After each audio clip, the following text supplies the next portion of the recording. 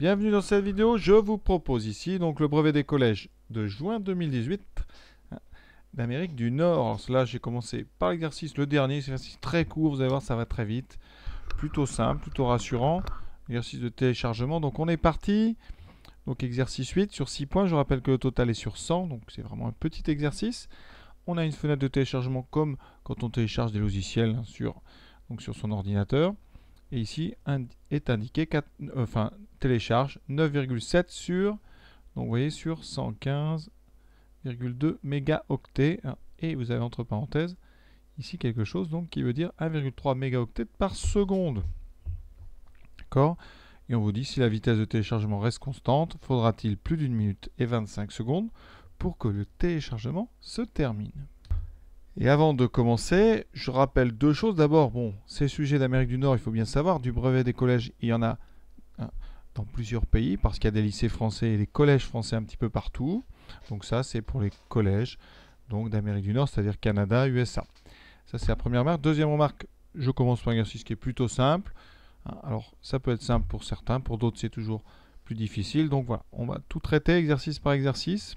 Le but étant vraiment d'aller tranquillement et de bien détailler un petit peu tout ce qu'il faut pour tirer un petit peu de profit de ce genre d'entraînement. Donc ici, des choses qu'on a quotidiennement quand on est sur un ordinateur, vous avez ce qu'on appelle ici donc un mégaoctet par seconde. Alors un mégaoctet d'abord, pour votre culture, un mégaoctet c'est 1 million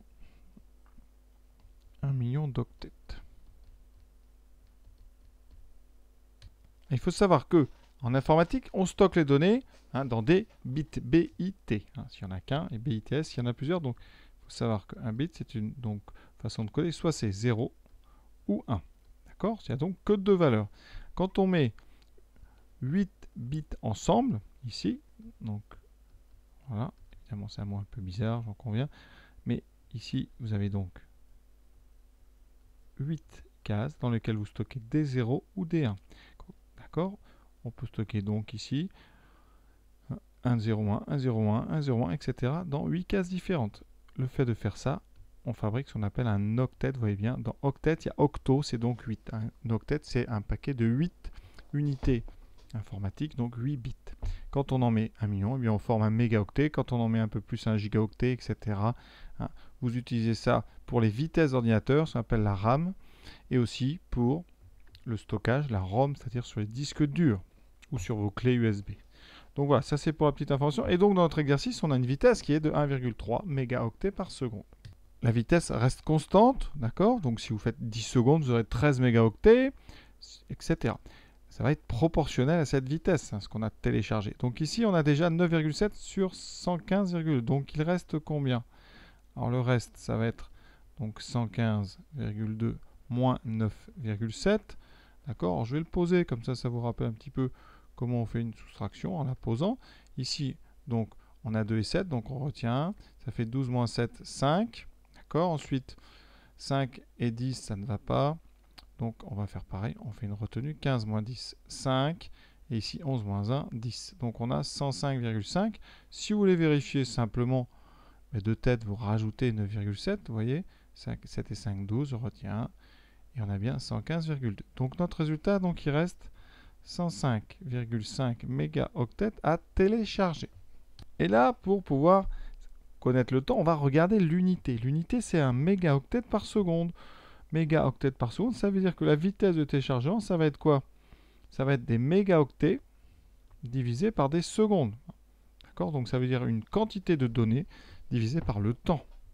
Donc ici, ça c'est votre brouillon, on ne va pas mettre cette formule sur le cahier, mais ici ça veut dire quoi? Eh bien que le temps, donc ici, il va falloir faire une petite opération pour que la seconde se retrouve en haut. Donc ça veut dire que en faisant un petit produit en croix, vous voyez, eh bien vos secondes vont être des mégaoctets divisés par la vitesse. Donc le temps, d'accord, ça va être le nombre de mégaoctets, c'est-à-dire 105,5 divisé par la vitesse, 1,3. D'accord. C'est une façon de faire. Après, je vais vous en indiquer une autre. Alors la calculatrice, vous voyez que ça donne 80,15, j'arrondis. Donc ici, on est en secondes, pas besoin de convertir des minutes, des heures. On a donc 80,15 secondes. D'accord. Alors, Ici, ça fait donc combien? Alors dans 81 secondes, vous avez 1 minute. Alors, si on veut ici, 1 minute. Donc ça c'est 60, il vous reste 1 minute, donc 21,15 secondes. D'accord? Donc au maximum 1 minute et 22.